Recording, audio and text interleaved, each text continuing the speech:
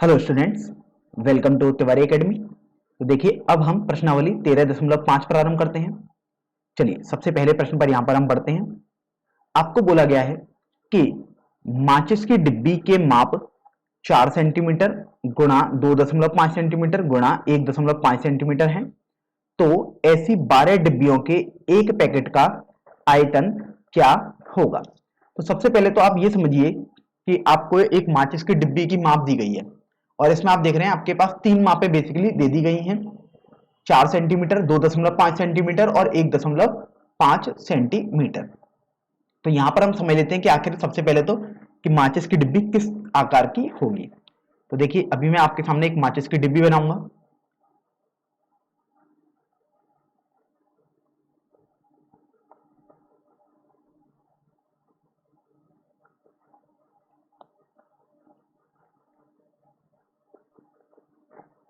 तो देखिए, आपके पास माचिस की डिब्बी कुछ इस तरीके की होगी, आप देख सकते हैं।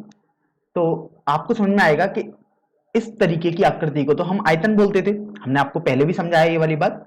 तो ये आपके पास जो माचिस की डिब्बी है वो घनाभ के आकार की होती है, क्योंकि हम इसको घनाभ बोलते हैं ऐसी आकृति को। अब घनाभ और घन, इसमें हम अंतर समझ लेते हैं। तो देखिए, तीनों में आपके पास तीन तीन भुजाएं होंगी, सॉरी दोनों में, घनाभ और घन दोनों में आपके पास एक भुजा होती है लंबाई। तो सबसे पहले लंबाई देख लेते हैं आखिर कौन सी भुजा है। तो ये वाली भुजा जो होती है इसे हम लंबाई बोलते हैं, इसको हम चौड़ाई बोलते हैं, और इस वाली भुजा को हम ऊंचाई बोलते हैं। तो यहां पर इसको लिख देते हैं लंबाई L, जिसको प्रदर्शित करते हैं चौड़ाई, इसको हम स्मॉल b से प्रदर्शित करते हैं, और ऊंचाई इसको हम स्मॉल h से प्रदर्शित करते हैं। तो अगर आपके पास L, B तथा H तीनों के मान अलग अलग हैं तो आप बोलते हैं आकृति घनाभ होती है, और यदि तीनों हूबहू सेम हो जाएं तब आप बोलेंगे कि घन हो जाएगी। अगर तीनों में से एक भी अलग हो गया, भले भले ही आपके दो कोई भी मान समान हो गए, तब भी आप घनाभ ही बोलेंगे। तो आपको समझ में आया कि यहाँ पर तीन मापें दी गई हैं। अब समझते हैं कि यहाँ पर लंबाई कौन सी होनी चाहिए, चौड़ाई कौन सी होनी चाहिए और ऊंचाई कौन सी होनी चाहिए। तो यहाँ पर आपको ऐसा अलग से तो नहीं बताया गया है, लेकिन सामान्यतः पहली वाली जो माप होती है इसको हम लंबाई लेते हैं, दूसरी वाली माप को चौड़ाई और तीसरी वाली माप को ऊंचाई लेते हैं। तो एल आपके पास मान लीजिएगा 4 सेंटीमीटर हो गया, बी 2.5 सेंटीमीटर हो गया, और एच आपके पास 1.5 सेंटीमीटर हो गया। अब यहां से समझ लेते हैं कि आपको बोला गया है 12 डिब्बियों के एक पैकेट का क्या आयतन होगा। तो सबसे पहले तो आप यहां पर देखिए कि हम एक माचिस की डिब्बी का आयतन निकाल लेते हैं। तो यहां पर मैं एक फॉर्मूला पहले लिख रहा हूं, ये फॉर्मूला आपको कंठस्थ होना चाहिए कि घनाभ का आयतन क्या होता है। तो घनाभ का आयतन होता है आपके पास एल बी एच के बराबर, अर्थात तीनों का गुणनफल आपको करना होगा। तो इसलिए अब इस प्रश्न में एक माचिस की डिब्बी का आयतन हम सबसे पहले निकाल लेते हैं। अब माचिस की डिब्बी आपने देखा कि घनाभ के आकार की है, तो इसका आयतन जो होगा वो L गुणा B गुणा H होगा। तो यहां से देखिए L का मान तो 4 सेंटीमीटर है, यहां पर मैं सेंटीमीटर नहीं लिख रहा हूं क्योंकि ये तो मात्रक है, मैं तो केवल गणनाएं कर रहा हूं यहां पर। अभी B 2.5 है और H 1.5 है। तो अभी आप देखोगे 4 का गुणा 2.5 से करोगे तो आपके पास 10 आ जाएगा, का गुणा 1.5 से बाद में हम करेंगे तो ये आपके पास 15 आ जाएगा। अब समझते हैं कि आखिर इसका मात्रक क्या होना चाहिए। तो यहां पर आप देखिए L इसका मात्रक सेंटीमीटर, B का मात्रक भी सेंटीमीटर और H का मात्रक भी सेंटीमीटर, आप देख भी सकते हैं यहां से। तो यहां पर जो अंत में मात्रक आएगा आयतन के लिए वो मात्रक सेंटीमीटर क्यूब आ जाएगा। तो इस तरीके से आपने माचिस की एक डिब्बी का आयतन निकाल लिया। लेकिन यदि आप देखेंगे तो आपसे बोला गया है कि 12 डिब्बियों के ऐसे एक पैकेट का आयतन ज्ञात करो, अर्थात आपको पैकेट का आयतन ज्ञात करना है। इनडायरेक्टली आपसे बोला गया है कि 12 माचिस की डिब्बियों का आपको आयतन ज्ञात करना है। तो अब आप एक डिब्बी का आयतन में 12 का गुणा कर दोगे तो 12 डिब्बियों का आयतन आ जाएगा। तो ये जब आप इसे हल करोगे तो आपके पास 180 सेंटीमीटर क्यूब आ जाएगा। तो इस तरीके से आपने काफी आसानी से यहां पर आयतन निकाल दिया है। चलिए, अब हम प्रश्न संख्या 2 पर आ जाते हैं। प्रश्न संख्या 2 में आप देखिए आपको बोला गया है कि एक घनवाकार पानी की टंकी 6 मीटर लंबी है, 5 मीटर चौड़ी है और 4.5 मीटर गहरी है। इसमें कितने लीटर पानी आ सकता है? और आपको बोला गया है कि 1 मीटर क्यूब में 1000 लीटर होते हैं, अर्थात इसका आपको प्रयोग करना है। तो सबसे पहले तो आप ये देखिए कि जो टंकी है वो घनाभ के आकार की दी हुई है, अर्थात घनाभ के आकार की हमने आपको बताया था कि 3 मापें उसमें होंगी। एक माप होगी लंबाई, जिसको हम एल से प्रदर्शित करते हैं। दूसरी माप होगी बी, अर्थात जिसको हम चौड़ाई बोलते हैं। और तीसरी माप होगी ऊंचाई, जिसको हम स्मॉल एच से प्रदर्शित करते हैं। अब देखिए लंबाई आप देख सकते हैं, आपको बोला गया 6 मीटर है। फिर देखिए चौड़ाई बोला गया है 5 मीटर है। और अंत में देखिए गहराई भी बोला गया है 4.5 मीटर आपके पास दी हुई है। तो यहां से अब आपके पास देखो एल, बी तथा एच तीनों आ गए। तो इसलिए आपको अभी निकालना है कि इसमें कितने लीटर पानी आ सकता है। तो यहां से घनाभाकार टंकी में पानी की मात्रा, अब देखिए ये आपको निकालना है, लेकिन आप तो जानते हैं ये तो आपके पास टंकी के आयतन के बराबर आएगा।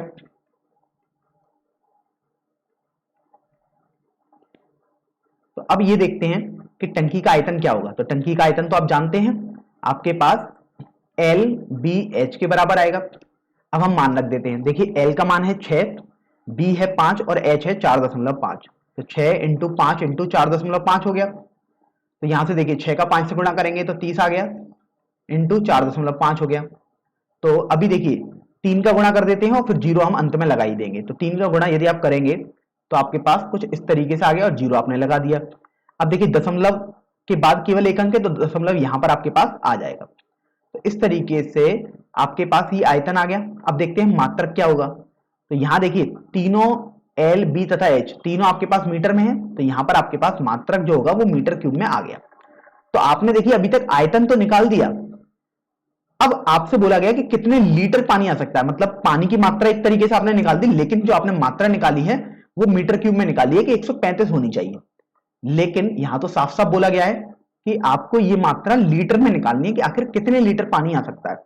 तो आपको मीटर क्यूब को लीटर में बदलना पड़ेगा। तो साफ साफ फिर देखिए आपको प्रयोग करना है, 1 मीटर क्यूब बराबर 1000 लीटर होते हैं। तो यहां से अब आप देखो कि 1 मीटर क्यूब में यदि 1000 लीटर होते हैं, तो आप यहां से देखो 135 मीटर क्यूब आया है। इस 1 मीटर क्यूब में आप 1000 लीटर यहां पर लिख देंगे। तो इस तरीके से देखिए ये आपके पास आ जाएगा 1,35,000 लीटर।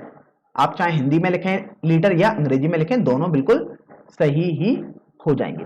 तो इस तरीके से आपका दूसरा वाला प्रश्न हल हो जाएगा। अब यहां पर हम इसको समझ लेते हैं कि आखिर कुछ बच्चों को यह संदेह होता है कि आखिर हमें कैसे पता लगेगा कि पानी की मात्रा पूछी गई है, मतलब हमें आयतन निकालना है। तो देखिए मैं आपको इसका एक बहुत अच्छा उदाहरण देता हूं कि आपने अपने घरों में देखा होगा कि कोई भी बर्तन है तो इसमें हम बोलते हैं कि कितना लीटर पानी आ जाएगा, या हम बोलते हैं कि कितना लीटर इसमें दूध आ जाएगा। मतलब एक तरीके से हमको आयतन निकालना होता है। और आप ध्यान रखें, लीटर आयतन की मैं मात्रक लिख देता हूं कुछ। तो आयतन के मात्रक लीटर भी होता है, मीटर क्यूब भी होता है, सेंटीमीटर क्यूब भी होता है। तो इस तरीके से और भी मात्रक हो सकते हैं, लेकिन लीटर भी आयतन का ही मात्रक होता है। तो आपसे कहीं नहीं पूछा जाए कि कितना लीटर पानी आ सकता है, तो आप तुरंत समझ जाइएगा कि आपसे आयतन बेसिकली पूछा गया है।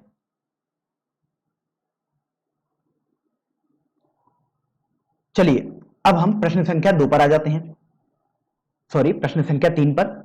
आपको यहां पर बोला गया कि एक घनाभाकार बर्तन 10 मीटर लंबा और 8 मीटर चौड़ा है।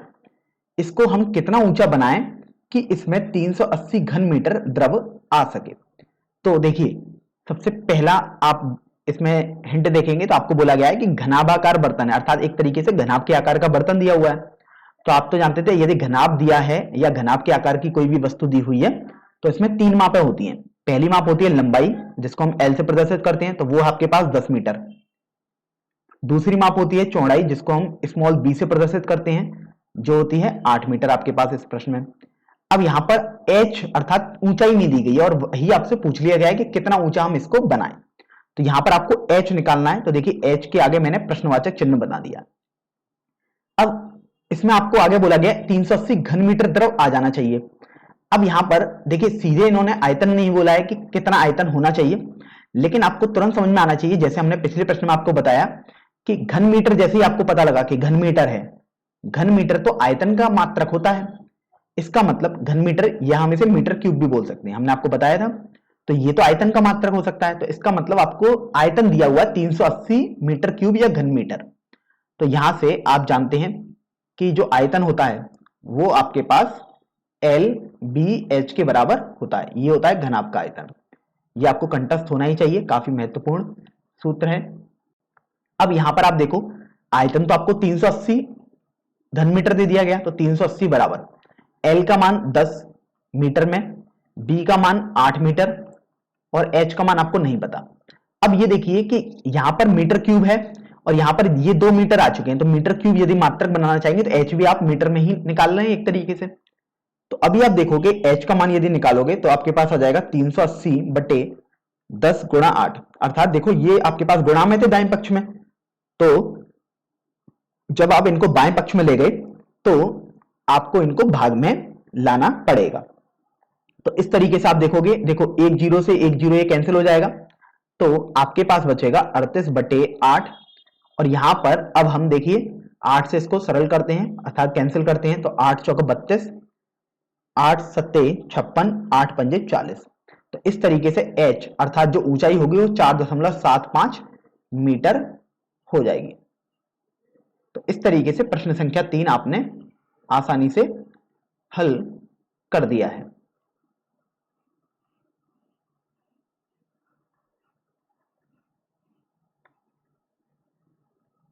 चलिए अब हम अगले प्रश्न पर आते हैं, प्रश्न संख्या 4 पर। इसमें आपको बोला गया प्रश्न संख्या 4 में कि 8 मीटर लंबा, 6 मीटर चौड़ा और 3 मीटर गहरा एक घनाभाकार गड्ढा खुदवाने में 30 रुपए प्रति मीटर क्यूब की दर से होने वाला व्यय ज्ञात कीजिए। तो आप यहां पर देखोगे कि आपको गड्ढा बोला गया है कि उसका आकार घनाभ के आकार का है। तो आप जानते हैं घनाभ में 3 मापें होती हैं, तो सबसे पहले 3 मापें आप देख भी पा रहे हैं, तो यहां पर हम अलग से लिख देते हैं। लंबाई उस गड्ढे की, या हम बोल सकते हैं उस घनाभ की, 8 मीटर है, चौड़ाई 6 मीटर दी हुई है और ऊंचाई आपके पास 3 मीटर दी हुई है। अब आप देखिए यहां पर आपको बोला गया कि अगर हम गड्ढा खुदवाएंगे तो 1 मीटर क्यूब यदि हम गड्ढा खुदवा रहे हैं तो 30 रुपए हमारे पास लगते हैं हमारे। आप समझते हैं कि ये मीटर क्यूब का मतलब क्या है, तो प्रति का मतलब होता है 1 मीटर क्यूब, जो आपको यहां पर दिखाई दिया है इसका मतलब यह हुआ कि मीटर क्यूब तो आयतन का मात्रक है, अर्थात एक आयतन को खुदवाने में 30 रुपए लगते हैं। आयतन की यूनिट मीटर क्यूब है और मात्रा 1 है, तो हमें 30 रुपए देने पड़ेंगे। इसका मतलब हमें टोटल व्यय निकालना है तो हमें पहले पूरा आयतन निकालना पड़ेगा। तो इसलिए सबसे पहले तो हम यहां पर गड्ढे का आयतन निकालेंगे, तभी हम इस प्रश्न में आगे बढ़ पाएंगे। तो गड्ढे का आयतन मतलब हमें घनाभ का आयतन निकालना होगा और वो आप जानते हैं एल बी एच हो जाएगा, अर्थात तीनों का गुणनफल। तो देखिए अब हम इनको गुणा करते हैं, तो 8 गुणा 6 गुणा 3 आपके पास हो गया। तो इस तरीके से आप देखोगे तो ये देखो 8 का गुणा 6 से करोगे तो 48 हो गया और फिर ये 3 हो गया। अब आप 3 का गुणा 48 से करोगे तो देखिए ये आ गया 4 और ये 14, अर्थात 144 मीटर क्यूब आ गया। तो इस तरीके से आपने गड्ढे का पूरा आयतन निकाल दिया, अर्थात घनाभ का आयतन निकाल दिया 144 मीटर क्यूब। अब इस प्रश्न में आप आगे देखोगे तो चूंकि आप देखो 1 मीटर क्यूब में आपके पास जो व्यय हो रहा है वो हो रहा है रुपए 30 का, लेकिन आपको 1 मीटर क्यूब नहीं खुदवाना है, आपको तो पूरा गड्ढा खुदवाना है, अर्थात 144 मीटर क्यूब खुदवाना है। तो इसलिए 144 मीटर क्यूब में व्यय, अर्थात 144 मीटर क्यूब में व्यय मतलब 144 मीटर क्यूब गड्ढा खुदवाने में लगी लागत। तो आप 30 में देखिए 144 का गुणा कर देंगे। तो देखिए अब आप क्या करेंगे कि जीरो को तो ऐसे ही लगा दीजिएगा यहां पर। अब 3 का गुणा आपको 144 से बेसिकली करना है, तो यहां पर देखिए ये आ गया 2, 3 और ये 4। तो इस तरीके से आपको समझ में आया कि जो टोटल लागत आएगी वो 4320 रुपए आ जाएगी।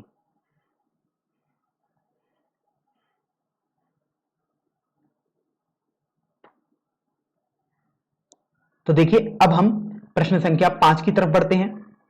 यहां पर आपको बोला गया है कि एक घनाभाकार टंकी की धारिता 50,000 लीटर पानी की है यदि इस टंकी की लंबाई और गहराई क्रमशः 2.5 मीटर और 10 मीटर है तो इसकी चौड़ाई ज्ञात कीजिए।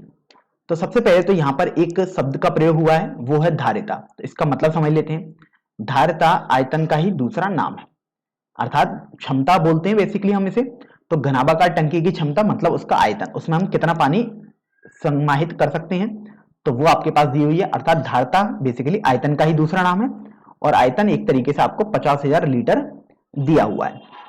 तो देखिए, सबसे पहले तो आप देख रहे हैं कि घनाभाकार टंकी है, तो मतलब आपके पास कुछ इस तरीके की टंकी होगी।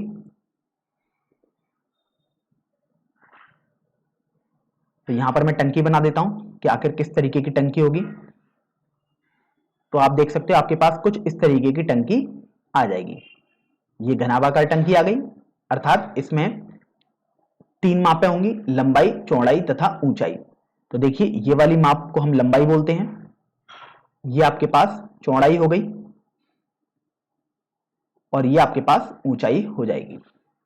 तो इसको हम स्मॉल एल से प्रदर्शित करते हैं, ये बी से प्रदर्शित करते हैं, और इसको हम स्मॉल एच से प्रदर्शित करते हैं। अब आप देख रहे हैं आपको लंबाई और गहराई तो क्रमशः दे दी गई है। तो एल अर्थात लंबाई है 2.5 मीटर, और जो गहराई है अर्थात स्मॉल एच दी हुई है 10 मीटर। और अब आपको बी निकालना है, अर्थात चौड़ाई निकालनी है। और फिर आप देख रहे हैं कि एक तरीके से आयतन आपको दे दिया गया 50,000 लीटर।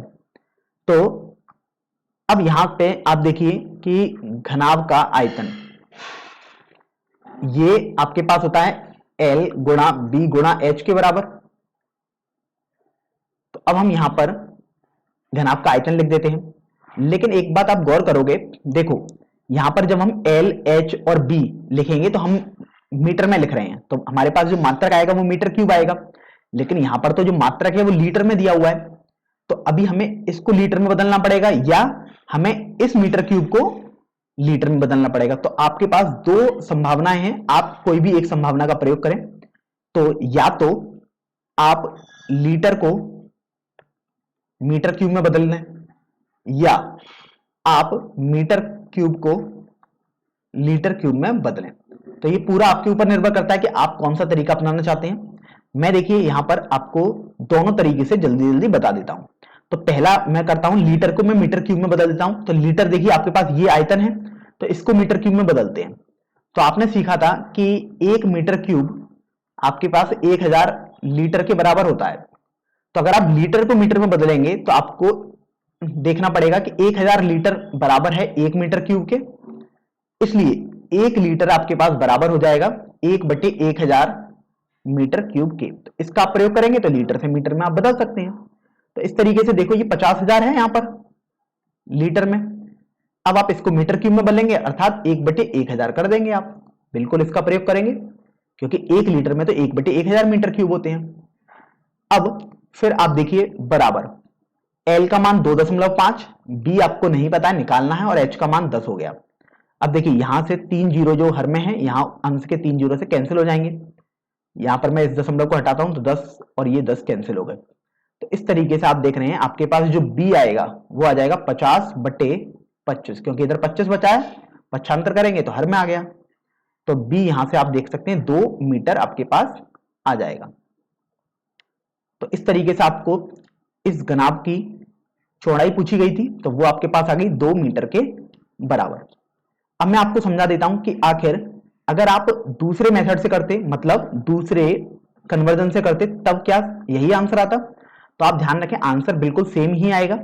अगर आपका आंसर सेम नहीं आ रहा है, इसका मतलब आपने कुछ गणना में गलती कर दी है। तो चलिए हम उसको भी यहां पर जल्दी से समझ लेते हैं।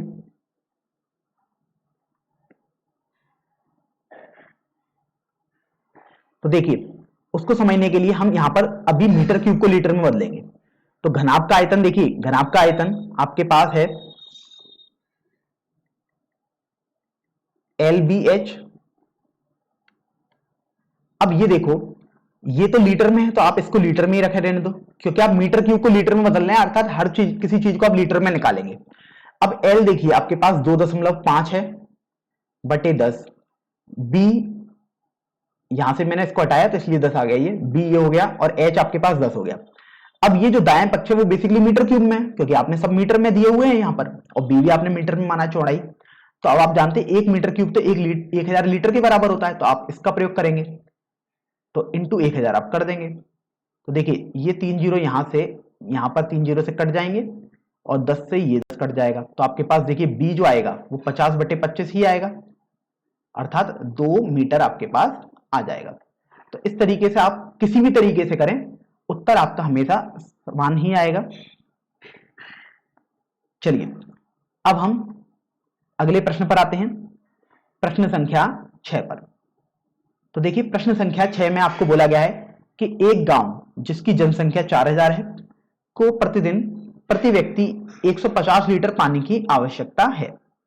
इस गांव में 20 मीटर गुणा 15 मीटर गुणा 6 मीटर मापों वाली एक टंकी बनी हुई है। तो आपको बताना है कि इस टंकी का पानी वहां कितने दिन के लिए पर्याप्त होगा। तो सबसे पहले तो हम यहां पर क्या करते हैं कि आपको एक व्यक्ति के लिए पानी बता दिया गया है कि 150 लीटर उसको पानी चाहिए प्रतिदिन। तो चूंकि एक व्यक्ति के लिए आवश्यक पानी ये आपके पास है 150 लीटर, आपको जैसा प्रश्न में बोला गया। अब आप देखो, आपको पता है कि गांव में तो 4000 व्यक्ति हैं, तो इसलिए एक गांव के लिए, या हम बोल सकते हैं 4000 व्यक्तियों के लिए, एक गांव में क्योंकि 4000 व्यक्ति हैं, तो इसलिए 4000 व्यक्ति के लिए आवश्यक पानी आपके पास हो जाएगा 4000 गुणा 150। तो देखिए ये 3 जीरो और 1 जीरो ये है, तो 4 जीरो तो ये हो गया आपके पास। अब 15 का हम गुणा करते हैं तो ये 60 आ गया।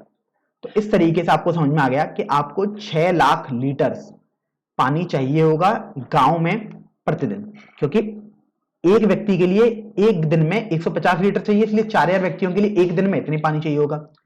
तो आपके पास एक दिन का पानी आ गया पूरी गांव का, कि आपको 6 लाख लीटर चाहिए ही चाहिए। लेकिन अब आपको बोला गया कि गांव में तो एक टंकी बनी हुई है, तो अब यहां पर हम देखते हैं कि टंकी का आयतन, कि आखिर टंकी में कितना पानी आ सकता है, क्योंकि टंकी की यदि विमाएं दी हुई हैं तो टंकी का आयतन आप ज्ञात कर सकते हैं, अर्थात टंकी में कितना पानी आ सकता है। तो देखिए आपके पास एल, बी और एच तीनों दिए हुए हैं। यहां पर मैं लिख देता हूं, एल है 20 मीटर, बी है 15 मीटर और एच है आपके पास 6 मीटर। तो आयतन निकालने के लिए एल गुणा बी गुणा एच आप करेंगे। तो देखिए एल का मान आपके पास है यहां पर 20 मीटर, बी का मान है 15 और एच का मान है 6। तो अभी आप देखो 20 का गुणा 15 से करोगे तो आपके पास 300 आ गया, गुणा 6 आपने किया तो ये आपके पास 1800 आ जाएगा, और ये मीटर क्यूब आ गया। तो अब आपको ये देखना है कि टोटल पानी आपके पास टंकी में 1800 मीटर क्यूब है और एक दिन में 6 लाख लीटर चाहिए। तो अब देखना है कि आखिर कितने दिन ये टंकी पानी दे पाएगी उस गांव को पूरा पूरा। तो आप सबसे पहले तो ये देखेंगे कि यहां देखिए लीटर में है आयतन और यहां आयतन मीटर क्यूब में, तो या तो दोनों को एक में ही बनाओ पहले, तो आप या तो लीटर को मीटर क्यूब में बदलो या मीटर को क्यूब को लीटर में बदलो। तो ये पूरा आपके ऊपर निर्भर करता है। जैसे मैं यहां पर लीटर में बदल देता हूं इसे, तो आप जानते हैं 1 मीटर क्यूब में 1000 लीटर होते हैं, तो इसलिए आपने 1000 लीटर से कर दिया 1 मीटर क्यूब को। तो देखो आपके पास ये हो जाएगा कुछ इस तरीके से। तो आपके पास 18 लाख लीटर पानी हो गया उस टंकी में। तो अब आपके पास 18 लाख लीटर उस टंकी में पानी हो गया। तो अब देखोगे कि आपको तो ये निकालना है कि आखिर कितने दिनों की पूर्ति आपके पास हो जाएगी। तो यहां पर दिनों की संख्या यहां पर लिख देते हैं, आपूर्ति में दिनों की संख्या, अर्थात कितने दिनों की आपूर्ति आप उस गांव को दे सकते हैं उस टंकी से। तो आपके पास हो गया कुल पानी की मात्रा जो कि टंकी में है, क्योंकि टंकी से ही तो आप पानी दे रहे हैं, बटे 4000 व्यक्तियों की आवश्यकता।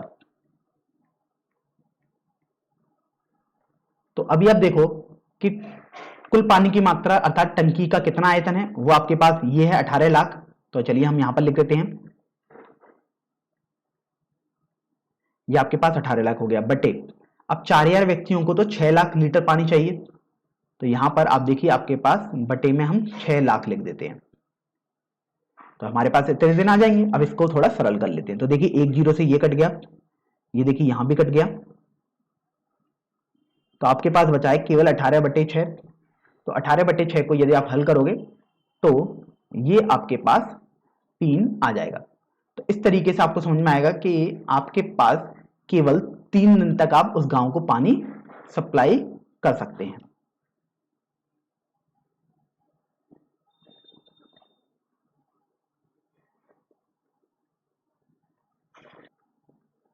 चलिए अब हम प्रश्न संख्या 7 की ओर बढ़ते हैं। किसी गोदाम की माप 40 मीटर गुणा 25 मीटर गुणा 15 मीटर है। इस गोदाम में 1.5 मीटर गुणा 1.25 मीटर गुणा 0.5 मीटर की माप वाले लकड़ी के कितने अधिकतम क्रेट रखे जा सकते हैं। तो आप यहां पर सबसे पहले तो देखिए गोदाम की माप आपको दी हुई है, तो यहां पर हम गोदाम के लिए सबसे पहले लिखते हैं। अब गोदाम की माप में आप देख रहे हैं आपके पास 3 मापें लिखी हुई हैं, 40 मीटर 25 मीटर 15 मीटर। अर्थात तुरंत आपको समझ में आएगा कि गोदाम आपके पास घनाभ की तरीके की आकृति है। तो आपके पास लंबाई दी हुई है 40 मीटर, चौड़ाई दी हुई है 25 मीटर और ऊंचाई दी हुई है 15 मीटर। तो इसके बाद जब आपके पास तीनों माप आ गई तो आप गोदाम का सबसे पहले आयतन ज्ञात कर लेंगे। तो गोदाम का आयतन आपके पास हो जाएगा 40 गुणा 25 गुणा 15 अर्थात L गुणा B गुणा H। तो अभी आप देखो 40 का गुणा आप 25 से कर दो तो आपके पास देखिए ये आ जाएगा 1000 गुणा 15 ही हो गया। तो इस तरीके से आपके पास 15,000 आ गया। अब मात्रक देख लेते हैं, तीनों आपके पास मीटर में है इसलिए आपके पास मात्रक घन मीटर या आप बोल सकते हैं मीटर क्यूब आ जाएगा। तो इस तरीके से आपने गोदाम का आयतन तो ज्ञात कर लिया कि आखिर गोदाम का कितना आयतन होगा। गोदाम बेसिकली कमरे की तरीके का होगा, तो बेसिकली आपने एक तरीके से कमरे का आयतन ज्ञात कर लिया अगर आप समझना चाहें इसको ढंग से। तो अब हम यहां पर देखते हैं कि लकड़ी के क्रेट आपको दिए हुए हैं। तो लकड़ी के क्रेट के लिए तो अभी हम एक लकड़ी के क्रेट के लिए बात करेंगे। तो उस लकड़ी के क्रेट के लिए भी मापें दी हुई थी। तो देखिए यहां पर लंबाई दी हुई है 1.5 मीटर, चौड़ाई दी हुई है 1.25 मीटर और ऊंचाई आपके पास दी हुई है 0.5 मीटर। तो यहां पर अब आप लकड़ी के एक क्रेट का आयतन निकालेंगे। तो लकड़ी के एक क्रेट का आयतन होगा तो L गुणा B गुणा H ही, क्योंकि लकड़ी का जो क्रेट है वो भी तो घनाभ के आकार का ही है। मैं यहां पर इसको ढंग से लिख देता हूं। तो अब यहां से आप देखो आपके पास ये हो जाएगा 1.5 गुणा 1.25 गुणा 0.5। तो अभी आप ये देखो कि अगर हम इसको थोड़ा सरल करें तो 1.5 को तो आप ऐसे रहने दो। अब 0.5 का गुणा हम 1.25 से करते हैं तो ये आपके पास देखिए आ जाएगा 5 2 6। तो अगर दशमलव लगाएंगे तो 3 अंक बाद आएगा, मतलब दशमलव यहां पर आ गया आपके पास। अब हम 1.5 का गुणा करते हैं तो देखिए बेसिकली 15 का आपको गुणा करना है, दशमलव तो बाद में हम देख ही सकते हैं कि कहां आएगा। तो 15 का गुणा करते हैं, ये आ गया 5 7 3 9। अब देखते हैं कि दशमलव कहां आएगा। तो 3 अंक तो यहां पर है और यहां पर 1 अंक है, तो दशमलव 4 अंक के बाद आएगा, मतलब यहां पर आपके पास दशमलव आ गया। तो इस तरीके से आपके पास लकड़ी के एक क्रेट का आयतन हो गया। अब आप इसको कुछ इस तरीके से समझ सकते हैं, अगर मैं इसको एक नया प्रश्न समझा दूं कि आपके पास एक कमरा है और उसमें आपको एक काफी सारी ईंटें रखनी है। तो आप क्या करेंगे, पहले उस कमरे का आयतन निकाल लेंगे कि आखिर कितना बड़ा कमरा है और एक छोटी सी ईंट का आयतन ज्ञात कर देंगे। अब आपसे पूछा जाएगा कि आखिर हम कितनी ईंटें रख दें, तो आप क्या करेंगे कि पूरे कमरे के आयतन बटे एक छोटी सी ईंट का आयतन निकाल लेंगे और जितना भी आपका अंतर आएगा आप बोल सकते हैं उतनी ईंटें हम रख सकते हैं। तो इसलिए यहां पर बिल्कुल सेम क्वेश्चन है। आप समझना चाहें तो गोदाम और लकड़ी का एक क्रेट है, मतलब एक ईंट की तरह आप आकृति मान सकते हैं कोई भी। तो इसलिए यहां पर आप देख रहे हैं कि लकड़ी के क्रेटों की संख्या कि आखिर आप उस गोदाम में कितने लकड़ी के क्रेट रख सकते हैं।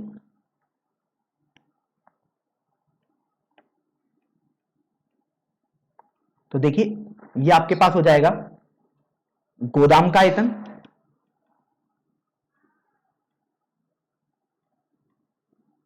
बटे एक क्रेट का आयतन। अब आप देखो, आपके पास गोदाम का आयतन तो 15,000 मीटर क्यूब है, बटे एक क्रेट का आयतन आपके पास है 0.9375। तो अभी हम क्या करते हैं कि इसको हटाते हैं दशमलव को, तो आपके पास 4 जीरो आ जाएंगे एक के बाद। अब यहां से हम देखिए धीरे धीरे इनको हल करते हैं। तो आप 25 से इसको कैंसिल करेंगे तो देखो ये आपके पास आ जाएगा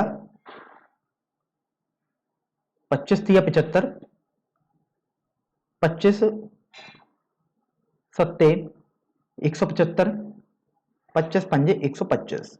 अब 25 से इसको भी कैंसिल करते हैं तो देखिए ये आपके पास 600 आ गया। अब हम देखिए इसको दोबारा 25 से कैंसिल कर सकते हैं, तो ये देखो आपके पास 25 एकम 25, 25 पंजे 125, इसको भी हम 25 से कैंसिल करते हैं तो ये 25 दूनी 50 और 25 चौका 100 आ गया। अब हम देखिए 5 से कैंसिल करते हैं इसको, तो ये 3 बार आ गया और देखो ये आपके पास आ जाएगा 2000। तो अभी आप देख सकते हैं आपके पास आ चुका है 24 गुणा 2000 बटे 3। अब आप देखिए 3 से इस 24 को कैंसिल कर सकते हैं 8 बार, तो ये आपके पास देखिए आ जाएगा 8 इंटू 2000 मतलब 16,000। तो इस तरीके से टोटल जो लकड़ी के क्रेट आप उस गोदाम में रख सकते हैं वो 16,000 हो जाएंगे। इसके अलावा अगर आप 16,000 से थोड़ा सा भी बढ़ाएंगे तो उसमें आएगा ही नहीं, और कम रखेंगे तो थोड़ी जगह बच जाएगी। तो आप बोल सकते थे कि अधिकतम क्रेट आपसे पूछा गया बेसिकली कि अधिकतम क्रेट कितने रख सकते हैं, तो अधिकतम क्रेट आपके पास 16,000 आ सकते हैं।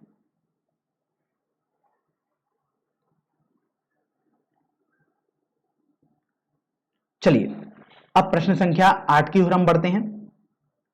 यहां पर बोला गया आपको कि 12 सेंटीमीटर भुजा वाले एक ठोस घन को बराबर आयतन वाले 8 घनों में काटा जाता है, तो नए घन की क्या भुजा होगी। तो सबसे पहले हम इतने भाग को हल कर लेते हैं, फिर उसके बाद हम अगले प्रश्न पर आगे बढ़ेंगे इसके दूसरे वाले भाग पर। तो सबसे पहले तो आप देख रहे हैं कि आपके पास जो बड़ा घन है उसकी भुजा दी हुई है 12 सेंटीमीटर। हमने आपको बताया था घन और घनाभ में केवल इतना अंतर होता है कि घन में सभी भुजाएं बराबर होती हैं, अर्थात लंबाई चौड़ाई और ऊंचाई तीनों बराबर होती हैं। तो आयतन तो बिल्कुल समान ही फॉर्मूला लगेगा, L गुणा B गुणा H, लेकिन तीनों समान है इसलिए तीनों बराबर हो जाएंगे, इसलिए क्यूब का बेसिकली फॉर्मूला लग जाएगा। तो यहां पर आप देख रहे हैं कि भुजा जो है आपके पास, मैं यहां पर लिख देता हूं बड़े घन के लिए,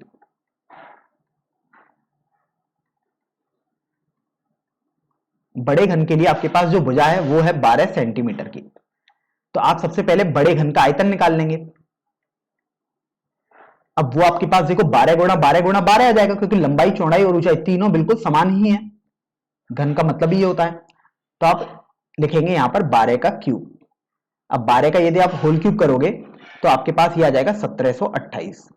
अब मात्रक देखते हैं तो सेंटीमीटर क्यूब आ जाएगा, क्योंकि भुजाई सेंटीमीटर में थी। तो आपके पास बड़े घन का आयतन आ गया 1728 सेंटीमीटर क्यूब। अब यहां पर आपको बोला गया कि इस बड़े वाले घन को ही आपने 8 छोटे छोटे घनों में कट कर दिया और वो भी बराबर आयतन के हैं। तो इसलिए आप जानते हैं बड़े घन का जो आयतन आएगा वो आ जाएगा आपके पास 8 गुणा 1 छोटे घन का आयतन। अब समझते हैं कि आखिर हम ऐसा क्यों बोल पा रहे हैं। तो आप ये देखो कि आपको पता है कि बड़े घन को आपने 8 बराबर छोटे छोटे घनों में कट करा है, अर्थात उन 8 को अगर आप छोटे घनों को जोड़ देंगे तो बड़े घन का आयतन आ जाएगा। तो इसलिए आपने यहां पर जोड़ना मतलब गुणा कर दिया एक तरीके से। तो बड़े घन का आयतन तो आपके पास 1728 है, बराबर 8 इंटू एक छोटे घन का आयतन आपको निकालना है। यहां पर आप लिख सकते हैं एक छोटे घन का आयतन। अब देखिए एक छोटे घन का आयतन यदि आपको निकालना है तो वो आपके पास हो जाएगा जब आप 8 को पक्षांतर करेंगे अर्थात भाग देंगे। तो यहां पर एक छोटे घन का आयतन हम लिख देते हैं,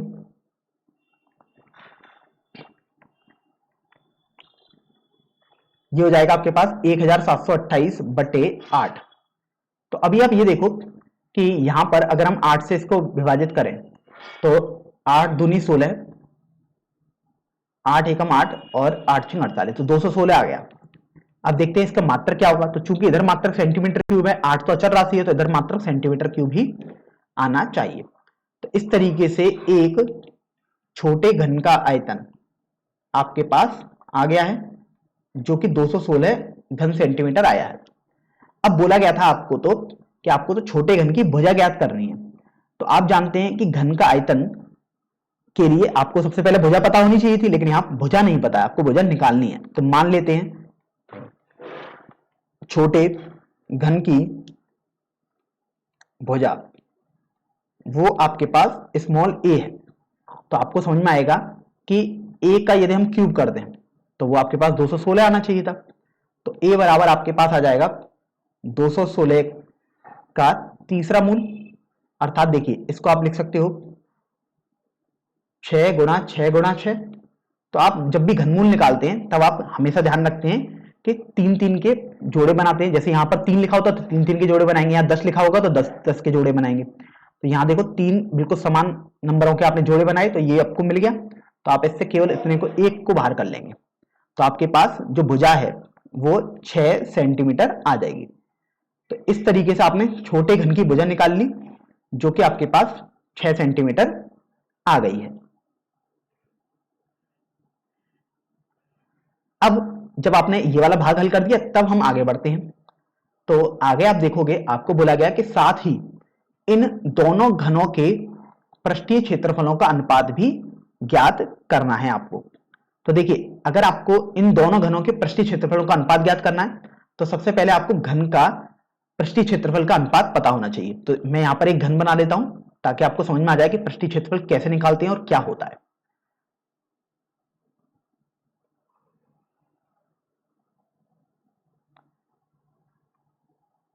तो आपके पास कुछ इस तरीके का देखो एक घन होगा,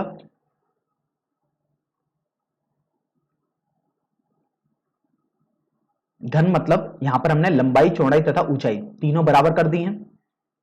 ये आपके पास लंबाई हो जाएंगी, ये देखिए चौड़ाई हो जाएगी, और ये आपके पास ऊंचाई हो जाएगी। अब आप जानते हैं घन है तो सभी भुजाएं बराबर हो जाएंगी, तो आप सबको ए करके लिख सकते हैं। तो अब देखते हैं कि पृष्ठीय क्षेत्रफल का मतलब क्या होता है। पृष्ठीय क्षेत्रफल का मतलब होता है उसके सभी पृष्ठों का सम्मिलित क्षेत्रफल। तो यहां पर आप देखेंगे सबसे पहले तो आखिर घन में कितने क्षेत्रफल होते हैं, सॉरी कितने पृष्ठ होते हैं, पहले आप वो पता करेंगे।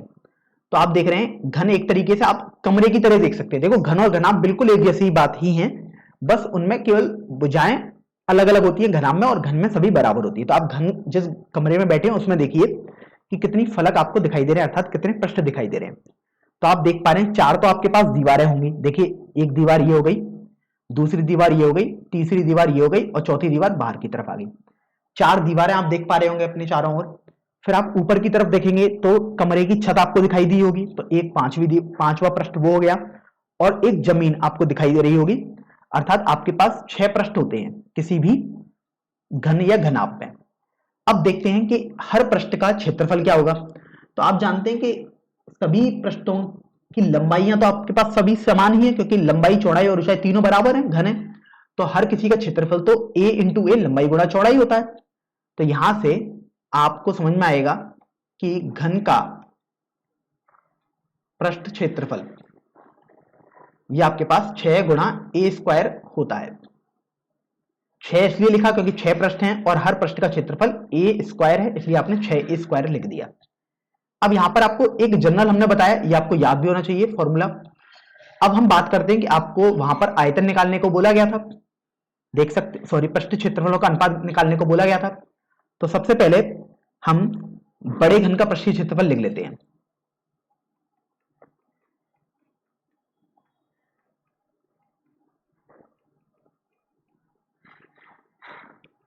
बटे छोटे घन का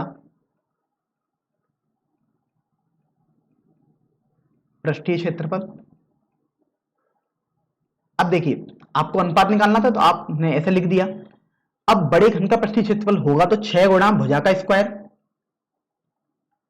और यहां पर भी 6 गुणा भुजा का स्क्वायर ही होगा। तो यहां पर आपको अलग से पूरा पूरा सॉल्व करने की जरूरत नहीं है कि 6 का आप पहले गुणा कर दें। आपको अनुपात निकालना है तो आप इसका प्रयोग करें। देखिए 6 से ही 6 कट गया। अब बड़े घन की भुजा मतलब ये है आपके पास, तो वो आप थी आपके पास 12 का स्क्वायर बटे छोटे घन की भुजा आपके पास 6 आई थी तो आपने 6 का स्क्वायर कर दिया। तो यहां से आप देखोगे आप इसे 12/6 का स्क्वायर लिख सकते हैं। और देखो 6 से 12 आप 2 बार कैंसिल कर सकते हो। तो इस तरीके से आपके पास आ जाएगा 2/1 का होल स्क्वायर, या आप बोल सकते हैं 4/1। और यही जब आपने जो अनुपात निकाला है तो बेसिकली आपसे पृष्ठीय क्षेत्रफल का अनुपात पूछा था, तो आप सीधे ये भी लिख सकते हैं पृष्ठीय क्षेत्रफलों का अनुपात, और वो अनुपात आपके पास 4:1 हो जाएगा।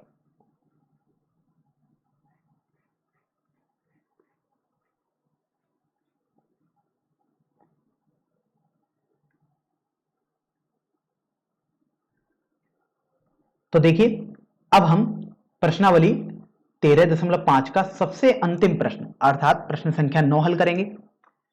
चलिए इसको पढ़ लेते हैं। आपको बोला गया कि 3 मीटर गहरी और 40 मीटर चौड़ी एक नदी 2 किलोमीटर प्रति घंटा की चाल से बहकर एक समुद्र में गिरती है।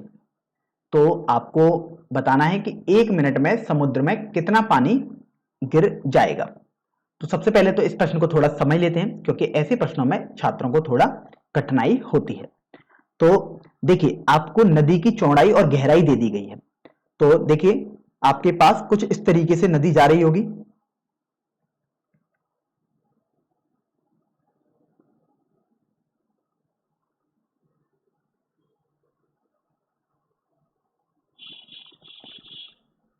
मान लीजिएगा आपके पास ये नदी जा रही है और इसमें कुछ पानी बह रहा है। मान लीजिएगा ये आपके पास पानी बह रहा है इस नदी में।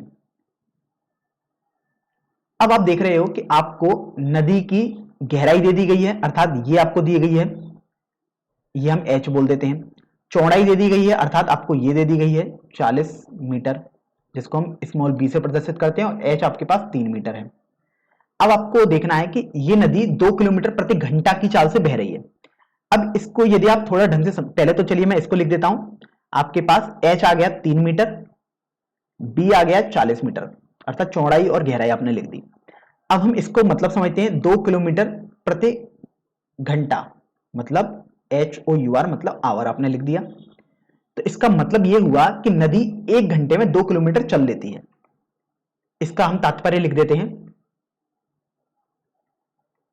इसका तात्पर्य यह हुआ कि 1 घंटे में नदी द्वारा, या नदी का मतलब हम पानी द्वारा तय दूरी निकाल रहे हैं, तो वो आपके पास 2 किलोमीटर हो जाएगी। इसका तात्पर्य तो बिल्कुल यही होगा कि 2 किलोमीटर प्रति घंटे का मतलब यह हुआ कि 1 घंटे में वो 2 किलोमीटर दूरी चल लेती है।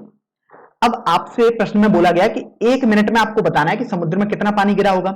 तो आपको 1 घंटा थोड़ी चलाना है उसको, आपको तो उसको केवल 1 मिनट चलाना होगा, तभी तो आप 1 मिनट में पानी निकाल पाएंगे। तो 1 घंटे में आप जानते हैं कि 60 मिनट होते हैं, तो आपके पास बेसिकली ये 60 मिनट में नदी द्वारा तय दूरी थी 2 किलोमीटर। अब आपको 1 मिनट में निकालनी है, तो आप 1 मिनट में निकालने के लिए 2 किलोमीटर को 60 से भाग कर देंगे। तो आपके पास देखो 2/60 किलोमीटर आ गया, और उसमें भी आपको मीटर में यदि रखना चाहते हो तो आप जानते हैं 1 किलोमीटर में 1000 मीटर होते हैं, तो ये आपके पास मीटर में आ गया। इसको थोड़ा सरल करते हैं तो देखिए ये आपके पास कैंसिल हो गया, ये 3 आ गया, तो आपके पास 100/3 मीटर आ जाएगा। तो आपको समझ में आया इस तरीके से कि ये जो नदी है या ये जो पानी है वो 1 मिनट में केवल 100/3 मीटर दूरी चल पाएगा। तो यदि मैं इस नदी का 1 मिनट का फ्लो देखूं, 1 मिनट में कितना भाव हुआ है, तो मान लीजिएगा इतना भाव हुआ है नदी का, केवल मान लीजिएगा, तो इसका मतलब जो दूरी चली है वो तो 100/3 है, तो यही तो L होगा, और ये L आपके पास 100/3 मीटर देखो यहां से आया है। तो इस तरीके से आपने एक तरीके से ये देख लिया कि नदी में इतना लंबाई हो गई पानी की, मतलब इतना पानी भरा होगा लंबाई में, ऊंचाई आपको दी हुई थी और चौड़ाई आपको दी हुई थी। तो सबसे पहले तो आप देखेंगे कि आखिर ये कुल कितना आयतन आपके पास आ गया है, और जितना ये पानी होगा इसके अंदर उतना ही तो पानी समुद्र में गिरेगा आगे की तरफ। तो इसलिए अब यहां से आप बहुत आसानी से प्रश्न को हल कर सकते हैं। इसलिए 1 मिनट में समुद्र में गिरा पानी, अब हमने आपको बताया कि समुद्र में उतना ही पानी गिरेगा जितना कि नदी में बहाव होगा 1 मिनट में। तो अब यहां पर आप देख रहे हैं कि जो नदी है उसमें लंबाई चौड़ाई ऊंचाई तीनों आपको पता लग गई है, तो आप L गुणा B गुणा H लिख देंगे। तो 100/3 गुणा b था आपके पास 40 और h था आपके पास 3 मीटर।